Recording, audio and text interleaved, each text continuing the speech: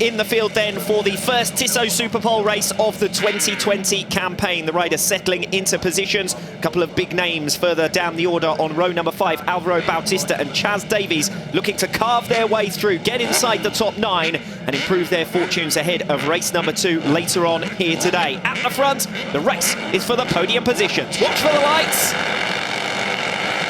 We're underway in the Tissot Superpole race. Another strong start from Jonathan Ray. He'll have the inside run down towards turn number 1. Good start as well from Toprak Razgatlioglu, moving swiftly through on Scott Redding, who's dropped as far as 4th position and maybe even 5th position now in the early stages.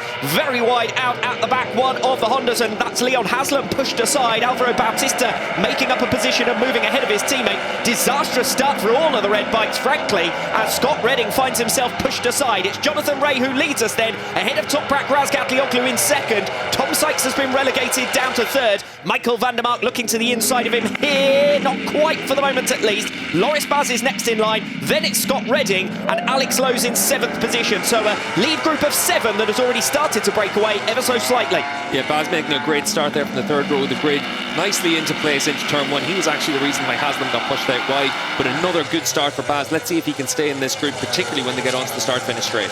Razgatlioglu versus Ray, the reigning champion versus the young pretender and the championship leader.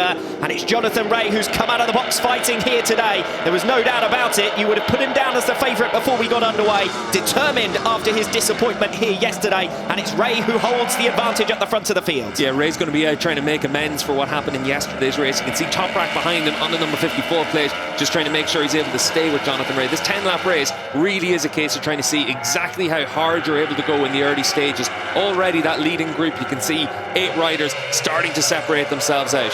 Razgatlioglu into the slipstream of Jonathan Ray as they head down the Gardner Straight and back into turn number 1 for the 2nd time. Razgatlioglu's always brave on the brakes there. He can't quite get to Jonathan Ray on this occasion.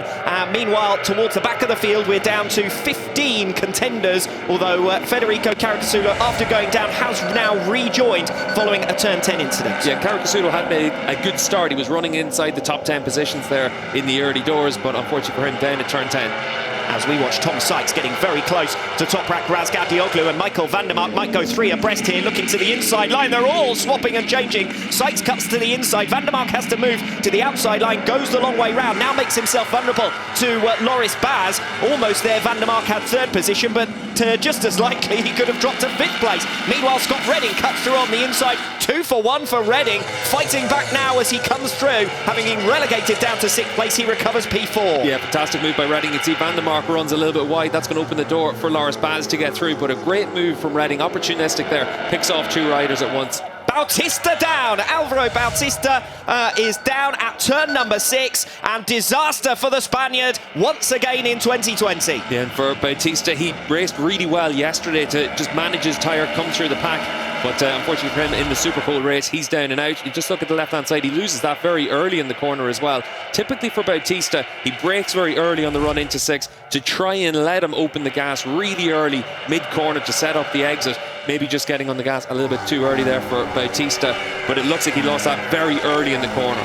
Redding is on a charge. Scott Redding moves past Tom Sykes and up into 3rd position. It's now Ray, Razgatlioglu, Redding, Sykes and Baz. Baz all over the back of Sykes. Disaster further down the order for the Honda men, but a disaster over the last few turns for Michael van der Mark as well. He's been pushed down to 7th place now. Yeah, van der Mark just getting pushed to the back of that group. The key thing is who's able to turn their tyres on nice and early in this race. That's what we're seeing from Toprak, Jonathan Ray, Scott Redding as well. They're all able to get up to speed very quickly. Baz diving down the inside of Tom Sykes for 4th position, shuffles him out of the way. That's going to enable van der Mark to make back another position, and sticking with them is Alex Lowe's as well. Tom Sykes then pushed to the back of that group. We saw this from Tom Sykes yesterday. He led for around about just under half of race number 1 before being pushed back. He hasn't led for as long as that this time around, of course. He was blitzed into turn number 1. We see the remounted Alvaro Bautista just being lapped there by the front runners. The contrast compared to his 2019 fortunes couldn't be much more stark as Scott Redding homes in on Razgatlioglu and Ray. Sykes at the back of a lead group of 7 riders. See This is just the move for Loris Baz, just barging down the inside of Tom Sykes, pushing Sykes wide. That's what opens the door then for Van der Mark to recover. Van der Mark now up into P5, so recovering well, and that's what the key thing is in this Superpole race. You're going to have a yo-yo here in Phillip Island. The key thing is to always be able to bounce back. Scott Redding has already worked his way through from 6th position. He wants to have a go at Razgatlioglu here into turn number 1. Toprak himself close to the tail of Jonathan Ray. New fastest lap of the race, a 1 minute 30.684 from Redding last time around. You can see that he's leaving the pack behind him now. Loris Baz in 4th position, Van der Mark and Lowe's close to him, and then somewhat isolated now behind is Tom Sykes. Yeah, and what we're going to see from the Yamaha is Toprak really strong through turn 3, but Jonathan Ray is strong in the breaks down in towards turn 1. It's all about putting yourself into a position to try and attack Jonathan Ray.